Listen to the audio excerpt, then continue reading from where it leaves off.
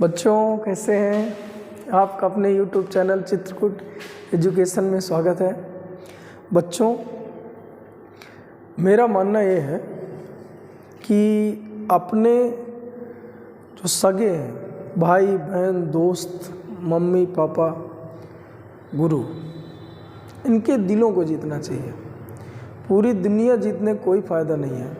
सिकंदर पूरी दुनिया जीता था, खाली हाथ गया। आपके साथ जानी है तो आपकी दुआएं, अपनों की दुआएं। तो चलिए ठीक है बच्चों, इसी के साथ हम लोग आज से ऐसी दिल में संकल्प लेते हैं या प्रतिज्ञा करते हैं आज सोच के कि अपनों से जब भी बोलेंगे तो बड़े प्रेम से बोलेंगे, जिससे उनके दिलों पर हम लोग अपनी जगह बना पाए। तो चलिए ठीक है बच्चों, आज हम लोग NCERT कक्षा 11 का चैप्टर नंबर 11 द्रव्यों का तापीय गुण पढ़ेंगे। बच्चों बता दें, इसको पढ़ने के लिए इसको हमने दो भागों में बांटा है। एक तापीय प्रसार, दूसरा उष्मा स्थानांतरण। तापीय प्रसार को पढ़ने के लिए मैंने देखिए आपके सामने 8 हेडिंग रखी है। पहला है कि ताप क्या है और ताप का मापक्रम क्या है। फिर तापीय प्रसार ठोसों पर कैसा है, द्रव तथा गैसों पर कैसा है, जल का असंगत प्रसार क्या है, उसके फायदे क्या हैं, ऊष्मा, विशिष्ट ऊष्मा, गुप्त ऊष्मा, ऊष्माधारिता, इस पर चर्चा करेंगे। कैलोरीमिति का सिद्धांत, अवस्था परिवर्तन पर चर्चा करेंगे। तो चलिए ठीक है बच्चों, तो आज हम इन दोनों हेडिंगों पर चर्चा करेंगे। सवाल बेसिक लेवल से लेकर स्टैंडर्ड लेवल तक के सवाल देखेंगे, परिभाषा देखेंगे, कैसे क्या पढ़ना है, समझना है, कैसे लिखना है, उन सभी पर हम लोग चर्चा करेंगे। तो चलिए ठीक है बच्चों, आज की हेडिंग चालू करते हैं। ताप क्या है?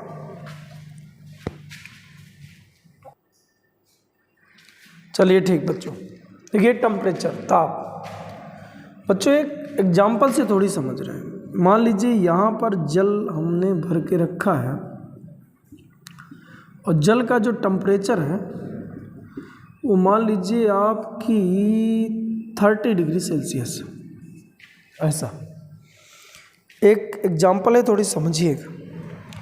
एग्जाम्पल ये है कि हमने मान लीजिए कि इसमें बर्फ़ के टुकड़े हाथ पे ले लिए, बर्फ़ के टुकड़े हाथ में ले लिए, बर्फ़ को यूँ रखा और हाथ को पानी के अंदर डाल दिए, तो ये पानी आपको गर्म लगेगा क्योंकि आपके हाथ का जो टेम्परेचर था, चूँकि बर्फ़ का टेम्परेचर 0 डिग्री सेल्सियस होता है, तो हाथ की जो ऊपरी सतह है इसका टेम्परेचर कुछ कम हो गया होगा। मतलब वैसे हमारे शरीर का टेम्परेचर 37 होता है, तो ये मान लीजिए ऊपर हाथ का जो सिरा है इसका टेम्परेचर मान लीजिए आपका 15 डिग्री सेल्सियस भी हो गया, या आप ऐसा मानो कि कुछ निश्चित समय के लिए 0 डिग्री सेल्सियस से ऊपर वाली सतह का हो गया। और जैसे पानी में डालोगे तो उस समय पर जो आपको ये पानी है वो गर्म लगेगा। एक प्रैक्टिकल था, फिर से समझिए। अब हम क्या करें, इस हाथ को थोड़ी कोई गर्म वस्तु ले लें, हाथ को गर्म वस्तु से सेक लें या हाथ पर कोई गर्म वस्तु रख लें, तो आपका हाथ हो जाएगा गर्म। अब तुरंत वस्तु को रखकर इसमें डालिए तो उस समय आपको ये ठंडा लगेगा। अब मेरा क्वेश्चन ये है कि आप बताइए, ये पानी आपके लिए ठंडा है कि गर्म? आप कंफ्यूज हो गए हो। मेरे कहने का मतलब ये था कि ये ठंडापन और ये जो गर्म है और ये जो ठंडापन है, ये जो एहसास दिलाता है उसी एहसास को हम लोग ताप कहते हैं। अगर कोई वस्तु हमारे लिए ठंडी है, वो सभी के लिए ठंडी लगे ऐसा कोई ज़रूरी नहीं है। ये केवल ऊष्मा का स्थानांतरण है।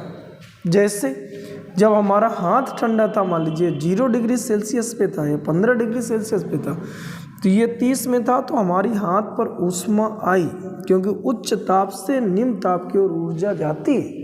ये ऊर्जा हमारे हाथ पर जो आई वही हमें गर्माहट महसूस करा रही है, हमें वही ऊष्मा दे रही है।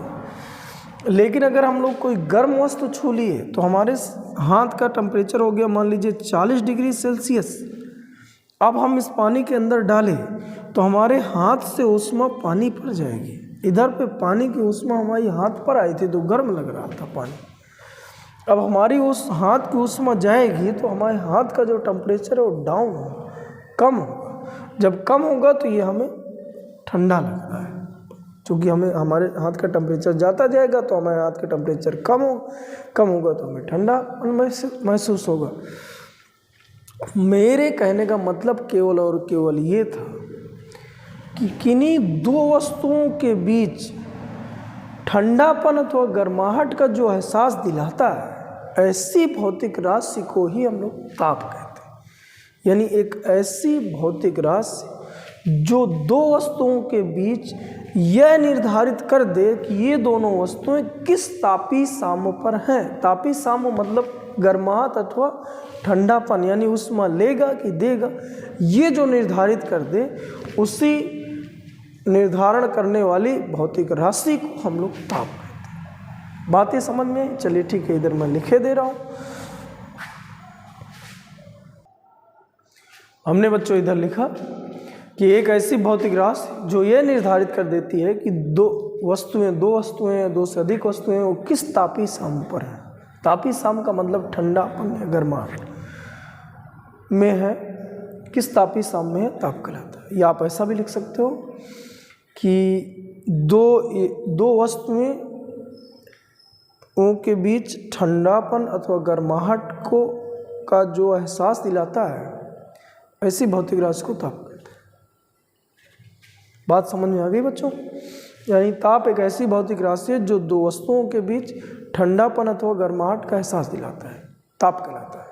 बात तो समझ आई बच्चों? चलिए ठीक है, आप लोग भी लिख लीजिए। इसमें और चीज़ें नोट करके लिखी जा सकती हैं। नोट करके ये लिखी जा सकती है कि जो ताप है वो SI के अनुसार एक पद्धति है, SI, जिसके अनुसार हम ऐसा माने हैं कि ताप एक मूल राशि है। ताप जो है वो मूल राशि है। पहला नंबर लिख सकते हो, SI के अनुसार ताप मूल राशि है। मूल राशियाँ बेटा 7 होती हैं: लंबाई, द्रव्यमान, समय, ताप। तो ताप मूल राशि होगी। लंबाई, द्रव्यमान, समय, ताप, विद्युत धारा, ज्योतिता, पदार्थ की आणविक मात्रा, 7 मूल राशियाँ SI पद्धति के अनुसार होती है। तो ताप जो है SI के अनुसार मूल राशि है। जो इस ताप का मात्रक है, ताप का जो मात्रक है उसको हम लोग लिखते हैं केल्विन। केल्विन हो गया, डिग्री सेल्सियस हो गया, डिग्री फ़ारेनहाइट हो गया, डिग्री र्यूमर हो गया, ये। लेकिन SI के अनुसार जो ताप का मात्रक है वो केल्विन। इसके बाद जो इसकी बीमा है, तो बीमा चूँकि मूल राशि में बीमा मानी गई थी, तो लंबाई के लिए L माना गया था, द्रव्यमान के लिए M माना गया, समय के लिए T माना गया था, ताप के लिए थीटा माना गया। तो बीमा जो होती है वो थीटा होती है। जो राशि होती है वो अदिश होती है। बच्चों आपको मैं बता दूं कि विस्थापन को छोड़कर सभी मूल राशियाँ अदिश राशियाँ होती हैं। विस्थापन सदिश राशि है, बाकी जितनी भी राशियाँ हैं वो मूल राशि है। मूल राशियों की चर्चा कर रहे हो, सब के सब अदिश होते हैं। तो चूँकि ये भी मूल राशि है तो अदिश राशि होती है। अब इसमें नोट नंबर 3 में हम ये लिख सकते हैं कि एक केल्विन क्या है। एक केल्विन क्या है? तो SI के अनुसार जो जल का त्रिक बिंदु होता है, जल के त्रिक बिंदु क्या है? जल का वह बिंदु जिससे जल की तीनों अवस्थाएं, ठोस, द्रव, गैस, को प्राप्त किया जा सके, उसे हम त्रिक बिंदु कहते हैं। त्रिक बिंदु के जो ऊष्मागतिक ताप है, ताप के 1/273.16 वहाँ जो भाग होता है, इस भाग को हम लोग एक केल्विन कहते हैं। एक केल्विन कहते हैं। तो बेटा हमें ताप में केवल इतनी चीज़ें समझनी थी। ताप ऐसी राशि है जो दो वस्तुओं के बीच ठंडेपन अथवा गर्माहट का अनुभव कराती है, ताप कहलाता है। या किस तापी साम्य में इसका निर्धारण करती है, ताप कहलाती है। इसके बाद SI के अनुसार जो ताप है मूल राशि है। ताप का मात्रक केल्विन हो सकता है, डिग्री सेल्सियस हो सकता है, फ़ारेनहाइट हो सकता है, र्यूमर हो सकता है। जो ताप की बीमा है वो थीटा है, राशि है जो अदिश है। अब हमने कहा कि एक केल्विन क्या है, तो जल के त्रिक बिंदु के ऊष्मागतिक ताप के 1/273.16वें भाग को 1 केल्विन कहते हैं ESI के अनुसार। तो चलिए बच्चों, इस पर हम इतना ही चर्चा करेंगे। इसकी जो सेकेंड हेडिंग है अब उस पर चर्चा करते हैं। सेकेंड हेडिंग है ताप का मापक्रम। चलिए ठीक, इसमें कोई सवाल नहीं थे, विशेष से पूरा बेसिक ज्ञान था, बेसिक नॉलेज इसमें हमें होना चाहिए। दूसरे में सवाल बनते हैं बेटा। दूसरा है आपका जो पार्ट दूसरा है, दूसरा पार्ट है ताप का मापक्रम, यानी स्केल ऑफ टेम्परेचर। टेम्परेचर यानी ताप का मापक्रम। चलिए ठीक, इसमें हमें करना क्या है, आपको बताना है कि जब हम किसी ताप का मापन करते हैं, मापन जब करते हैं तो मापन करने के लिए जिस यंत्र का यूज करते हैं उस यंत्र को हम तापमापी कहते हैं, तापमापी कहते हैं। ताप का मापन करने के लिए जिस यंत्र का उपयोग किया आपने उसे हम तापमापी कहते हैं। और जब भी बेटा तापमापी बनाई जाती है तो उसमें 2 बिंदु रखे जाते हैं, 2 निश्चित बिंदु रखे जाते हैं, जो 2 निश्चित नियत जिसको कहा जाता है, नियत बिंदु रखे जाते हैं। एक बिंदु का नाम होता है हिमांक बिंदु, हिमांक बिंदु, और दूसरे बिंदु का जो नाम होता है उसे हम कहते हैं भाप बिंदु। और बच्चों, इन दोनों बिंदुओं के बीच की जो लंबाई है इसको समान भागों में बांट दिया जाता है।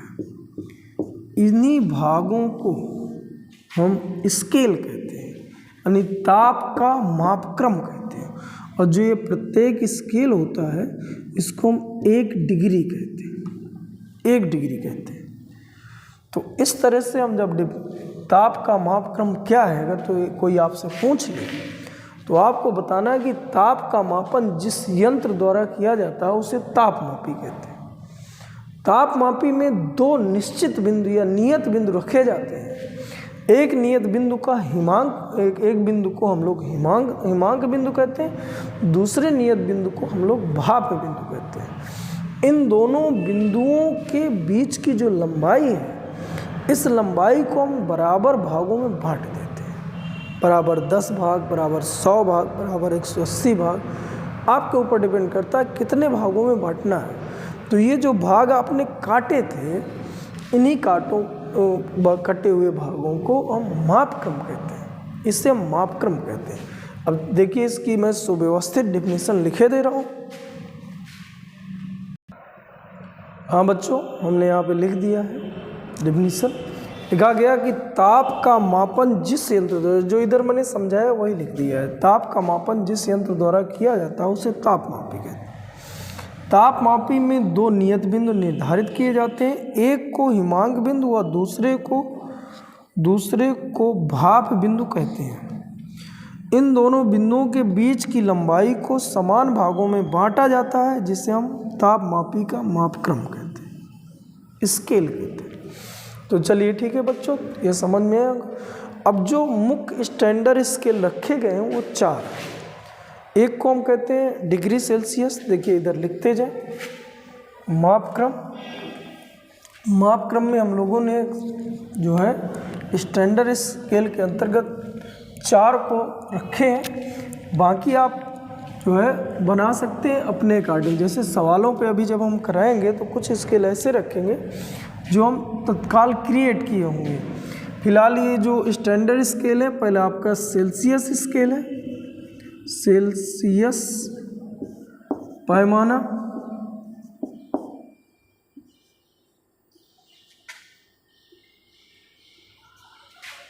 दूसरा है फ़ारेनहाइट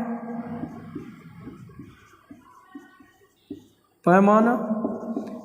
ये तीसरा जो है उसको हम र्यूमर पैमाना कहते हैं, पैमाना। और तीसरा है या स्केल कहते हैं, तीसरा है केल्विन पैमाना, केल्विन पैमाना।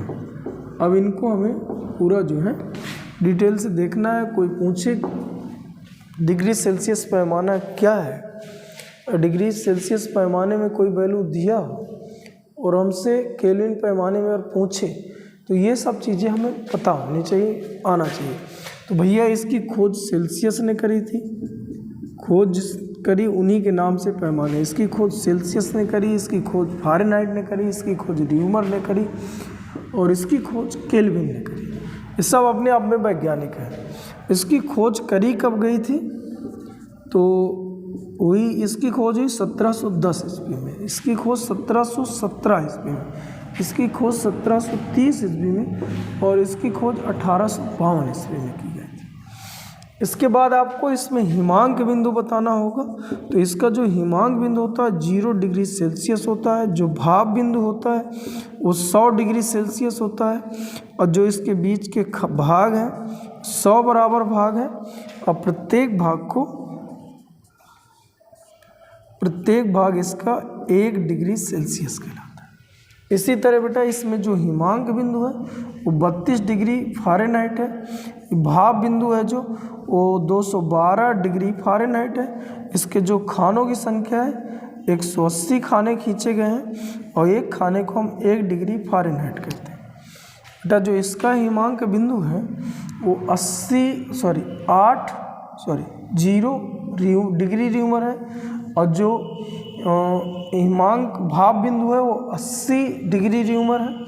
इसको 80 बराबर भागों में बांटा गया, एक भाग को 1 डिग्री र्यूमर कहते हैं। बच्चों जो केल्विन पैमाना है इसका जो हिमांक बिंदु लिया गया वो 273.15 केल्विन लिया गया, इसमें डिग्री नहीं लगाते। और जो भाप बिंदु लिया गया 373.15 केल्विन लिया गया, डिग्री नहीं लगा। इसी को हम सवाल लगाते समय 273 लिख लेते हैं और इसको 373 लिख लेते हैं, 1.15 छोड़ देते हैं और इसको 100 बराबर भागों में बांटा गया और एक भाग को 1 केल्विन कहते हैं। तो 1 केल्विन की डिफिनीशन आपकी यहाँ से भी बन जाती है। अब जैसे बच्चों आपसे कोई पूछ ले कि सेल्सियस तापमापी किसे कहते हैं या सेल्सियस पैमाना क्या है, तो आपको बताना कि एक ऐसा पैमाना, डिफिनीशन देख लो बच्चों, लिखाएंगे नहीं समझ जाओ। एक ऐसा पैमाना जिसका हिमांक बिंदु 0 डिग्री सेल्सियस हो या 0 डिग्री हो, भाप बिंदु 100 डिग्री हो और इसको 100 बराबर भागों में बांटा गया, जिसका प्रत्येक भाग 1 डिग्री सेल्सियस कहलाता हो, सेल्सियस तापमापी या सेल्सियस पैमाना कहलाता है। जिसका हिमांक बिंदु 1 डिग्री हो, जो भाप बिंदु है 100 डिग्री हो, डिग्री का चिन्ह बनाना है इधर ये, और जिसे 100 बराबर भागों में बांट दिया गया हो, अब प्रत्येक भाग जिसका 1 डिग्री सेल्सियस कहलाता हो, ऐसे पैमाने का नाम सेल्सियस पैमाना होता है या सेल्सियस तापमापी होता है। जैसे कोई पूछे फ़ारेनहाइट तापमापी क्या है, डॉक्टरी, इसी को हम लोग डॉक्टरी तापमापी भी कहते हैं, लेकिन पूरा उसमें 180 खाने नहीं लेते क्योंकि इतना टेम्परेचर हो ही नहीं सकता शरीर का, क्योंकि डॉक्टरी शरीर के लिए, डॉक्टरी पैमाना जो होता है अपने शरीर के टेम्परेचर के लिए होता है। तो हम इतना नहीं लेते, ना इतना कम हो सकता ना इतना ज़्यादा हो सकता, तो बीच के कुछ ले लेते हैं। तो डॉक्टरी पैमाना लेकिन होता वो जो उसमें स्केल है, भाग हैं, खाने हैं, वो फ़ारेनहाइट पैमाने के ही होते हैं। तो फिलहाल इसका नाम डॉक्टरी पैमाना भी होता है। तो अब जैसे कोई पूछे है क्या, तो आप बताओ कि एक ऐसा पैमाना जिसका जो हिमांक बिंदु हो वो 32 डिग्री हो, भाप बिंदु 212 डिग्री हो तथा इससे जो है 180 बराबर भागों में बांटा गया हो। फ़ारेनहाइट पैमाना है, फ़ारेनहाइट तापमापी कहलाता है। इसका प्रत्येक भाग 1 डिग्री फ़ारेनहाइट कहलाता है। र्यूमर पैमाना की डिफिनीशन कोई पूछे तो एक ऐसा पैमाना जिसका हिमांक बिंदु 0 डिग्री हो, भाप बिंदु 80 डिग्री हो तथा इसे 80 बराबर भागों में बांटा गया हो, र्यूमर पैमाना कहलाता है। केल्विन पैमाना पूछे तो बच्चों इसमें बोला जाता है कि एक ऐसा पैमाना जिसका भाप बिंदु, हिमांक बिंदु 273, भाप बिंदु 373 हो तथा इसे 100 बराबर भागों में बांटा गया हो। इनमें डिग्री बोलना है, इसमें डिग्री नहीं बोलना है। 100 बराबर भागों में बांटा गया हो, केल्विन पैमाना कहलाता है। अच्छा बच्चों, शुरू में ये आप बना लेंगे, इसी से डिफिनीशन बनाना है, इसी से सब सवाल बनाना है। लेकिन अब कुछ चीज़ें नोट करके हमें समझनी है। नोट करके समझने क्या है उस पर हम लोग चर्चा कर रहे हैं। तो चलिए ठीक है, बनाइए बच्चों। नोट में ये समझना था, ये पूरा लिख लीजिए, अभी जरूरत आगे पड़ेगी। नोट में पहली बात तो ये समझना था जो केल्विन पैमाना होता है, इधर ही नोट में लिख लेना। ये नोट में हम लोग लिखे ले रहे हैं, एक केल्विन कहलाता है। नोट पहला ये, इसमें डिग्री का प्रयोग नहीं करते, प्रयोग नहीं करते, पहली बात। दूसरी बात ये है कि इस पैमाने का नाम जो है परम स्केल पैमाना भी होता है। इसका नाम परम स्केल पैमाना, यानी स्केल को ही हम हिंदी में पैमाना कहते हैं, परम पैमाना भी होता है। दूसरी बात ये हो गई बच्चों। तीसरी जो बात है, अच्छा जैसे इन पैमानों को जब बनाया गया, जो वैज्ञानिक थे वो दो बातों पे दिमाग लगाते थे, भाप और हिमांक। हिमांक और भाप पे दिमाग लगाते थे। लेकिन इस पैमाने को हम लोग वैज्ञानिक पैमाना भी कहते हैं। उसके पीछे रीजन ये है, वैज्ञानिक पैमाना भी इसको कहा जाता है। उसके पीछे रीजन बच्चों ये है, इसको जब बनाया गया तो भाप और हिमांक पर दिमाग नहीं लगाया गया, इसमें लगाया गया जल का त्रिक बिंदु, यानी एक पॉइंट लिया गया त्रिक बिंदु, जल का एक त्रिक बिंदु लिया गया 273.16 केल्विन को जल का त्रिक बिंदु कहते हैं। यानी जल का जो त्रिक बिंदु था उसको हमने एक पॉइंट मान लिया, और एक पॉइंट और मानना चाहिए, चूँकि दो पॉइंट माने जाते हैं, दो नियत बिंदु रखे जाते हैं। तो एक नियत बिंदु को लिया गया जल का त्रिक बिंदु, यानी जल जहाँ ठोस भी हो, मतलब हिमांक भी हो, भाप भी हो, और समान स्थिति में द्रव में रहता ही है, वो तीनों स्थितियों पर हो, ऐसे बिंदु को लिया गया 273.16। देखिए 16 केल्विन है, यहाँ 273.15 केल्विन लिया गया। ये इसलिए गया क्योंकि अगर इस हिसाब से ले रहे हैं तो फिर इनसे कुछ अलग हो जाता है, तो फिर जब हम संबंध चारों में स्थापित करते हैं वो थोड़ी गड़बड़ा जाता है। इसलिए जैसे कि केल्विन पैमाने का फिर हिमांक बिंदु माना गया, क्योंकि इन्हीं की तुलना में ये आ जाए तो इनमें संबंध आ जाए। भाप बिंदु लिया गया तो ये आया, जबकि वास्तव में जब पैमाना वैज्ञानिकों ने बनाया उस समय पर इसका त्रिक बिंदु लिए थे, हिमांक बिंदु नहीं लिए थे। और दूसरा जो पॉइंट लिए थे उसको न्यूनतम ताप लिए थे, जिसका नाम होता है 0 केल्विन। तो ये तीसरा पॉइंट था। यह पैमाना बनाते समय हिमांक व भाप बिंदु ना लेकर जल का त्रिक बिंदु और न्यूनतम ताप 0 केल्विन दो नियत बिंदु लिए गए थे। लेकिन जब हम लोग न्यूमेरिकल या भौतिक पाठ्यक्रम पर इसकी चर्चा करते केल्विन पैमाने की, तो उस समय हिमांक बिंदु लिया गया, तो हिमांक बिंदु 273.16 ना लेकर 273.15 लिया गया। 5 होता है इसलिए लिया गया क्योंकि 0 डिग्री सेल्सियस में जितना ताप होगा तो केल्विन पैमाने में 273.15 केल्विन होता है, 16 नहीं होता। क्योंकि अगर 6 कर दोगे तो यहाँ आ जाएगा 0.01। अब भाप बिंदु इतना लिया गया, इसको 100 बराबर भागों में बांटा गया। तो ये 3 पैमाने थे, इसलिए थोड़ी अलग होता है तो वैज्ञानिक पैमाना रखा गया, इसको डॉक्टरी पैमाना रखा गया। अब इन तीनों में संबंध स्थापित करना है, तो ठीक है लिख गया। आगे देखिए संबंध। तो संबंध में बच्चों करना क्या है, नोट वो ये 3 नोट इससे संबंधित थे। अब हम लोग संबंध मेन हेडिंग डाल लें, यानी संबंध क्या है हमें, ताप, जो ताप के माप क्रम थे, इन माप क्रमों में संबंध में संबंध, ऐसा लिख लो।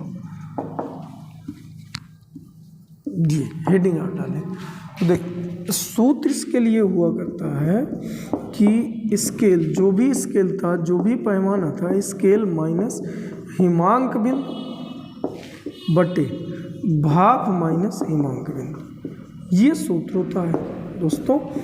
अब इस सूत्र के अकॉर्डिंग अगर हम देखें, सेल्सियस पैमाना हिमांक बिंदु 0 था, भाप बिंदु 100 था, माइनस हिमांक बिंदु 0 था।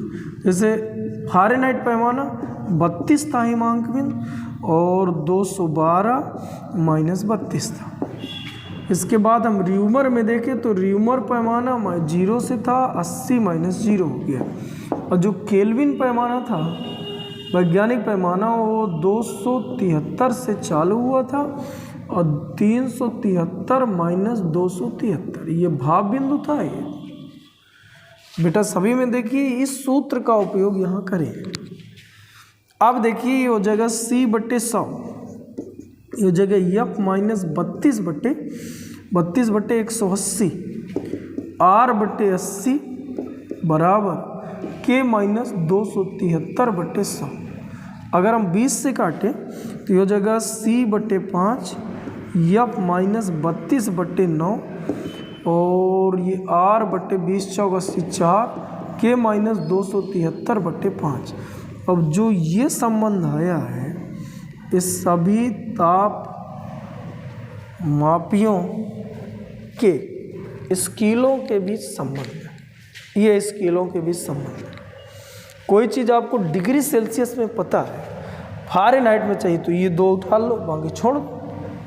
डिग्री सेल्सियस में पता है र्यूमर में चाहिए तो ये लिख लो, डिग्री सेल्सियस में पता है केल्विन चाहिए तो ये लिख लो, केल्विन में पता है र्यूमर चाहिए देखो, ये सब इधर उधर बदला जा सकता। तो एक माप क्रम का जो ताप है उस ताप को दूसरे स्केल में हम कैसे नापेंगे, अगर कैसे बदलेंगे, कितना आएगा, उसके लिए आपको ये सूत्र आपको दिया गया है। तो चलिए ठीक है बच्चों, उतारें इसको, हम इधर मिटा दे रहे हैं।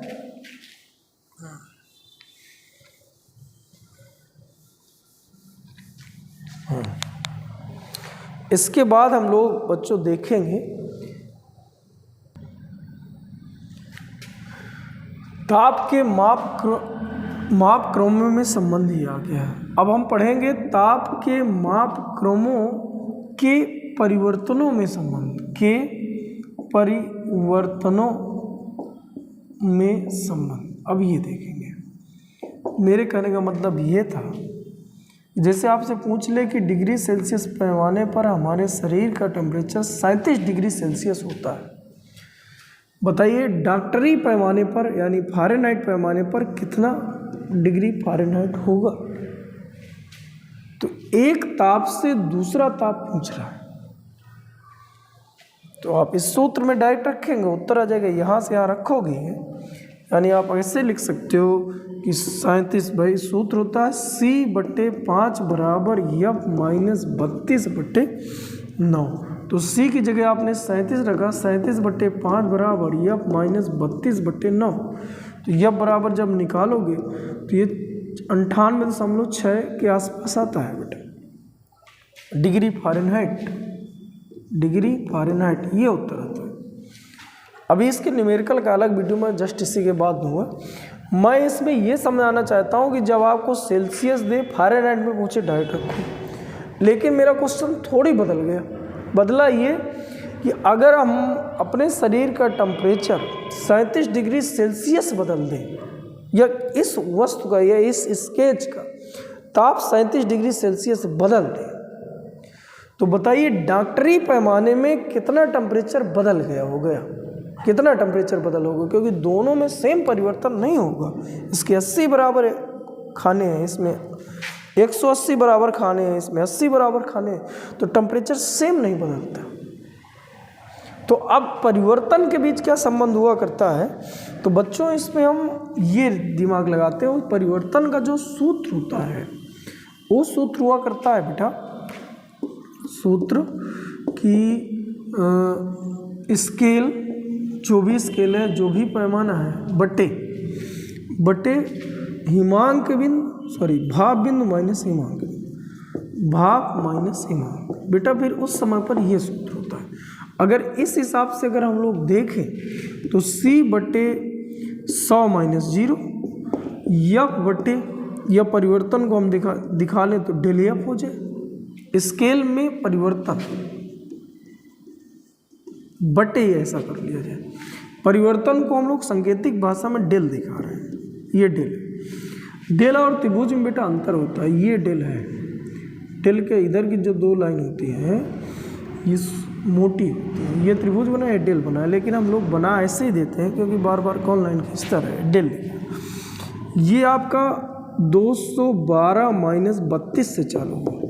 इसे ड्यूमर में देखा जाए तो ड्यूमर में 80 माइनस 0 हो जाएगा, और केल्विन पैमाने में होता है 373 माइनस 273। तो इस तरह से अगर देखें तो सेल्सियस बटे 100, फ़ारेनहाइट में परिवर्तन बटे 180, ड्यूमर में परिवर्तन बटे 80, केल्विन में परिवर्तन बटे 100। 20 से काट दो तो डेल सी अपान 5, डेल यब अपान 9, डेल आर बटे 4, डेल के बटे 5। अब इस तरह से एक सूत्र आपको और मिल गया। ये जो सूत्र आपको मिला है ये केल्विन में, ड्यूमर में, फ़ारेनहाइट, डिग्री सेल्सियस में परिवर्तन के साथ है सूत्र होता है। जैसे आपको कह दिया जाए कि हमारे शरीर का टेम्परेचर 37 से 40 हो गया, तो बताइए फ़ारेनहाइट पैमाने में कितना परिवर्तन हुआ होगा। तो देखिए बच्चों, यहाँ पर 3 डिग्री सेल्सियस का परिवर्तन हुआ है। तो फ़ारेनहाइट पैमाने पर निकालो तो यहाँ पर लिखोगे 3 का परिवर्तन बटे 5, डेल एफ माइनस 9। तो अगर हम लोग डेल एफ निकालते तो ये हो जाता 9 तिया 27 बटे 5। ये इसका इससे गुणा होगा, ये भाग में चला जाएगा। तो 5 पचा 25, 2 बचेगा, 5 चौक 20। तो फ़ारेनहाइट पैमाने में जो परिवर्तन आया होगा, तो यहाँ 3 का परिवर्तन करते हैं तो फ़ारेनहाइट पैमाने में 5.4 का परिवर्तन होता है। ऐसे करके परिवर्तन होता है बच्चों। या हम लोग डायरेक्ट अगर देखें तो अगर यहाँ से डेल एफ बराबर निकालो तो डेल एफ बराबर हो जाएगा 9 बटे 5 डेल सी। अब 5 के 5, 5 अठे 40 डेल सी, यानी डेल एफ बराबर ये संबंध होता है, यानी 1.8 का गुणा कर दो तो डेल सी में, तो फ़ारेनहाइट में कितना परिवर्तन हुआ ये आ जाएगा। तो चलिए बच्चों, हम ये समझ लिए। बच्चों इनके साथ एक नोट भी समझना है। नोट आपका क्या है, जैसे हमने अभी दो चीज़ें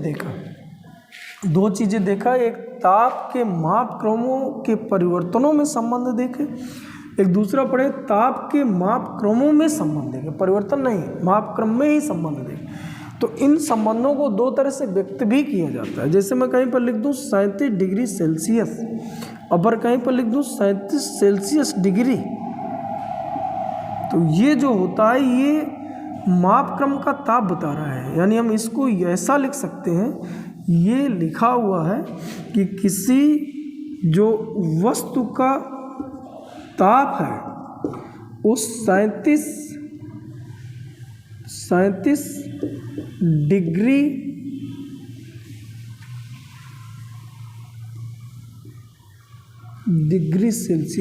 डिग्री सेल्सियस है, और जबकि ये लिखा है कि किसी वस्तु के ताप में परिवर्तन, जो किसी वस्तु के ताप में परिवर्तन है सेल्सियस पैमाने में 37 डिग्री है, ये लिखा है सेल्सियस पैमाने में, यानी सेल्सियस पैमाने में 37 डिग्री। अब इन दोनों को अलग अलग पढ़ें। डिग्री सेल्सियस लिखा हो तो समझ जाइए ताप दिया है। जैसे इस वस्तु का मैं ताप बताऊं तो 37 डिग्री सेल्सियस, लेकिन इसके ताप में कितना परिवर्तन हो गया। जैसे उष्मा दे दिए, टेम्परेचर बढ़ गया तो कितना परिवर्तन, पहले 37 था अब 40 हो गया, तो 3 का परिवर्तन हुआ। तो जो परिवर्तन को व्यक्त किया जाता है, यानी C का जो मात्रक है वो डिग्री सेल्सियस है, लेकिन जो डेल सी का मात्रक है सेल्सियस डिग्री।